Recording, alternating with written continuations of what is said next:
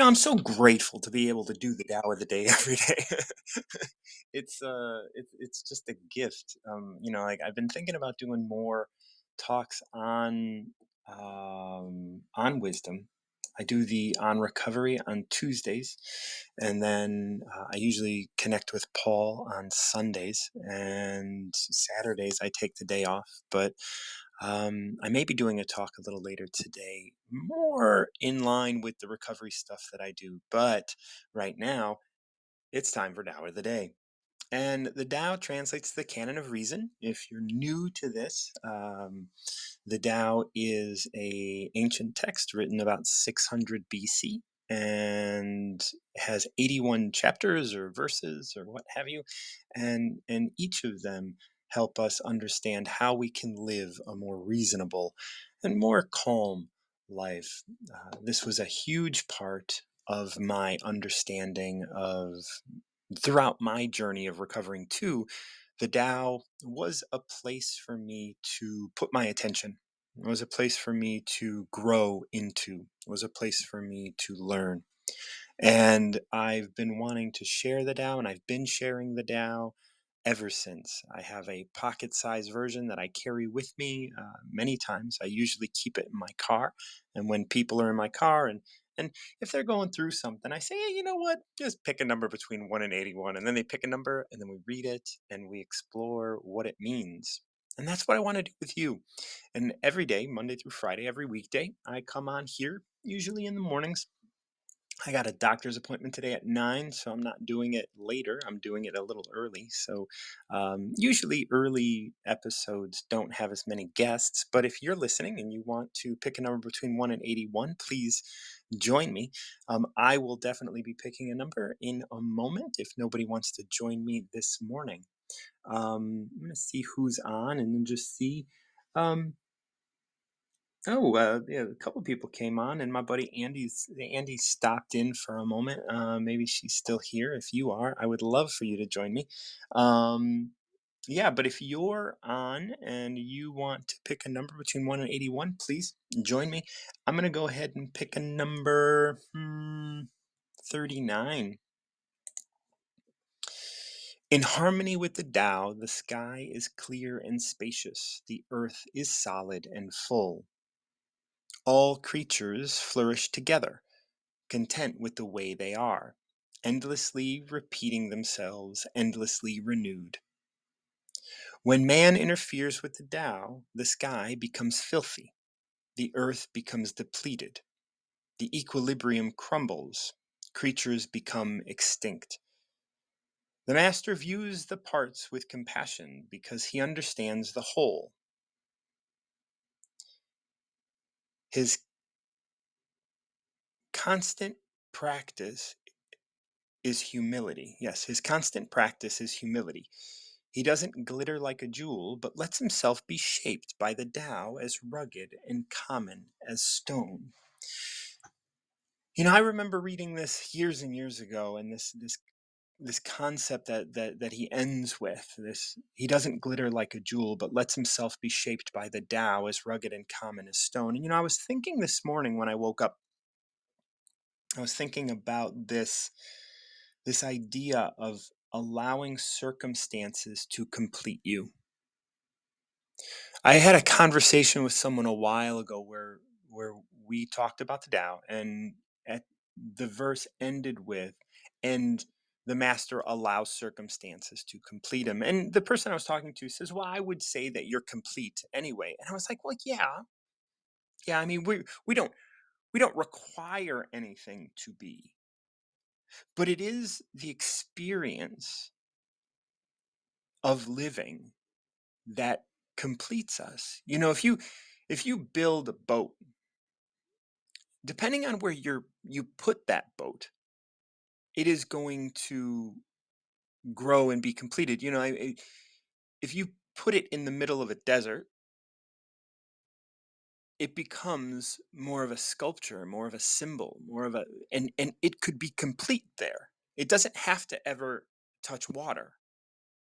That boat can be complete in the sand, and it can be itself there. Now, if you put it in the water, it gets completed in a different way. Not that it never had what it needed, not that it wasn't what it was, but it was completed by the experience, by the circumstances of which it found itself. You know, I think of my portrait work in this realm as well. Although I can be done with a portrait, I can say this portrait is complete. The portrait still has work to do, right? The portrait still has a space that it could exist. The portrait still lives in this space of the world. And although it has everything it needs, it still requires being complete. And when I finish a painting, I look at it. And although I'm not giving it anything, it is being completed. You know, and that's something that's really important. And I think allowing ourselves to be shaped by the Tao as rugged and common as stone, like we're not special. Like we're here as we are. Now I'm going to go through this line by line, and if anybody wants to join me or to pick a number between 1 and 81, I would love for you to do so. Just join me. In harmony with the Tao, the sky is spearing. I don't know. I don't know what happened to my body and voice there. In harmony with the Tao, the sky is clear and spacious. The earth is solid and full. Okay, well, when we are in harmony with the Tao, we, you know, like work with the earth. We work with the things that are around us. We don't work against them. All creatures flourish together. So we connect with all creatures. Yes, that doesn't necessarily mean that one creature doesn't kill another creature, that when people don't eat other things, like that doesn't that but all creatures flourish together. We allow each other to flourish. We allow other creatures to flourish, and we flourish. We don't try to diminish the lives of creatures around us, whether that be, you know, plants, animals, insects. You know, there were times where I had apartments, and you know there were ants, and I remember every day killing ants, and eventually that just wore on my heart, like killing dozens and dozens of ants every day, day after day. Like that wasn't in harmony, right? Like I wasn't able to allow this to be, right? Like I had this idea of what how my home was supposed to do, and it was supposed to be free of ants for some reason. Eventually, I let go, and they went away. And but it was harsh for me to look at. It was harsh for me to see how much it hurt me over time to kill that many ants every day. So, and then we move into this next line: content with the way things are, endlessly repeating themselves, endlessly renewed. This is all creatures flourish together, content with the way things are, endlessly repeating themselves, endlessly renewed. Endlessly repeating themselves. I don't know if that's like day in, day out. You are just you. You are just kind of being here, present, but also endlessly renewed. You're always, this is always a new experience for you. Right? Like this is always an experience. This is a new day.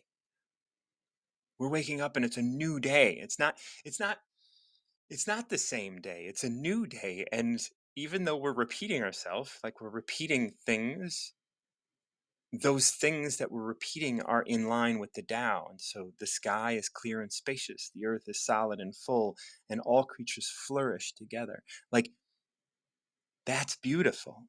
There is nothing better than that, right? Like what would we strive for if that was true? When man interferes with the Tao, the sky becomes filthy, the earth becomes depleted, the equilibrium crumbles, and creatures become extinct. What else is there to say there? Like when man interferes with the Tao, when we try to make things the way we want them to be, when we cannot just allow things to be, the sky becomes filthy, the earth becomes depleted, and the equilibrium crumbles. I mean, we can look at different countries who have just sold the earth from under them, like sold all of the resources, and now nothing grows there. And the Tao isn't money, right? The Tao endlessly renews. Money doesn't get renewed. If you put $2 bills in a box, in 6 months, you'll have $2 bills in a box. You put two ants in a box. Well, you put a queen ant. If you put two animals in a box that can mate, you will have more of those things. They are endlessly renewed. Yes, they are repeated because each generation is the same thing, but they are endlessly renewed by just being a part of the Tao and totally fulfilled as that. It is our, incessant need to, make things better or be special and all of these things that get in our way and keep us from our own fulfillment. When man interferes with the Tao, the sky becomes filthy, the earth becomes depleted, the equilibrium crumbles, and creatures become extinct. The master views the parts with compassion because he understands the whole. You view the parts with compassion. View you and the others, and the creatures, and the sky, and the earth. View it all with compassion. View you with compassion, and every part of you with compassion. Because each one of those parts, each one of those things is part of the whole. And without that, we start to lose the whole. We start making the sky filthy. We start depleting the earth. We start allowing the equilibrium to crumble. The master's constant practice is humility. Being humble, being present with not knowing. You don't have to know. Too many of us today think we need to know. We're getting advice from every corner of the fucking globe. Every part of our life is telling us that we're not good enough or that we need to do something to change. One of my big things is you don't have to do anything to change. You're going to do that anyway. You are going to change. You are becoming you. You don't have to change. You don't need an experience to change your life. You are going to do that regardless. Now, if you're resistant to change, that's the thing that then needs to adjust. Not that if you're resistant to feel uncomfortable within change and you just want things to stay the same, then that's different. That's different. But we don't have to do anything to change. Change is inevitable. Change is the thing that happens. Change is what is if we approach life with humility. Once we know something, change starts to become difficult. Once we know what's right, once we know the way, once we know an answer, things become difficult. Remember, in the beginning of this chapter, we said all creatures flourish together, content with the way things are, endlessly repeating themselves, endlessly renewed.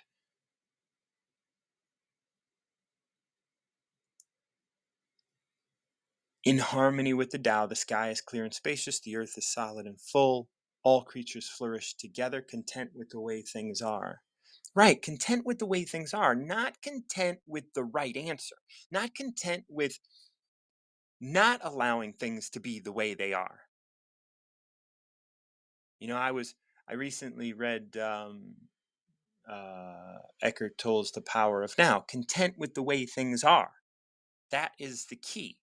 right? Living in the past and the future, like living as if the answer is in the past or living as if the answer is in the future, though that's not going to get you anywhere, right? Like you won't be able to repeat yourself. You won't be like not that you want to repeat yourself like in that sense of the manifestation, but being you here now, that is change. Like even though you're repeating yourself, you're changing all the time. Even though every day seems the same, there is change happening. There is, you get frustrated at things. Great. Now what? Now what do you do with that? Like content with the way things are. You are content with being upset because you know things are going to change, and you change. You do something to change. Like maybe that is you take action on change, but it doesn't have to be. Like you don't have to do something to make that. I keep thinking about this like dark retreat that I'm going to take, and I always say like, well, do I have to do that? And then I realize, well, no, I probably don't. I'm going to, because it's an experience that I want to have. And as I was talking earlier, which we'll get to in the next section, we allow circumstances to complete us. I am being drawn towards something, and once I'm drawn towards something, I would be ill-advised, or I would be short-sighted to not reach out to that thing that I am drawn toward. If I am drawn to something, I owe it to myself to say something. I owe it to myself to do something. I owe it to the circumstance that is presenting itself to be me. And that's the big deal.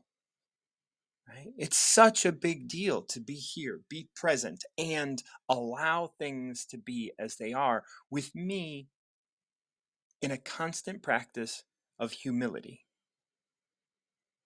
The master views the parts with compassion because he understands the whole. He understands the whole. I don't understand the whole, but I understand that the whole has a plan, that the whole is part of me, that I am part of it. And so I need to approach everything I do with humility. Everything I do has to be approached with humility, because as long as I am humble, I can be humble. In the Bible they say, humble in the face of the Lord, or in the presence of the Lord, and things like that. But this is humble to the whole of the experience, right? Humble to the whole of, and because the experience isn't just physical, that's just the manifestation. The experience is behind that as well. The experience is the soul of it.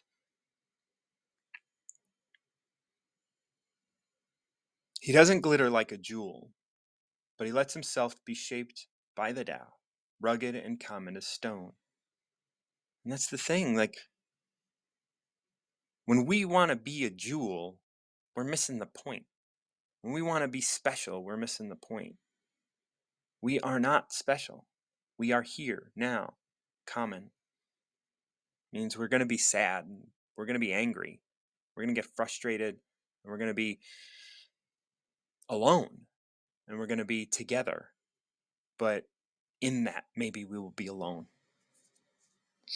Common as stone, rugged, resistant, resilient in the face of it all.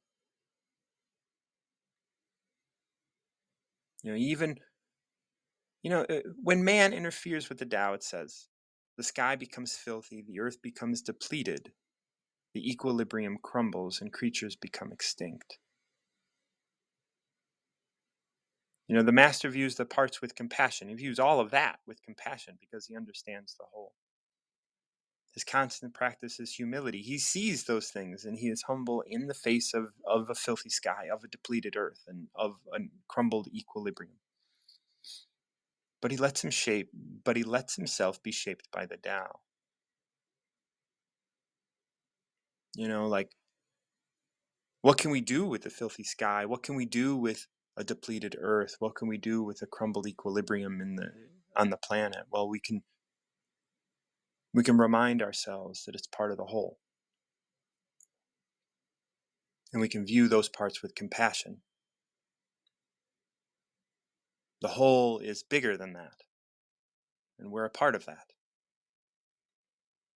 We don't have to glitter like a jewel, but we can let ourselves be shaped by the Tao as rugged and common as stone, resilient, like in this space, we are rugged, we are common, just like a stone. And a stone is the earth, and it is just as important as we are. If anybody's on and would love to pick a number between 1 and 81, that was number 39. Very happy with my pick today, and this is going to remind me to proceed with some humbleness today. If anybody wants to join me, feel free to come on. We'll read your Tao for the day and go through it line by line. Otherwise, I would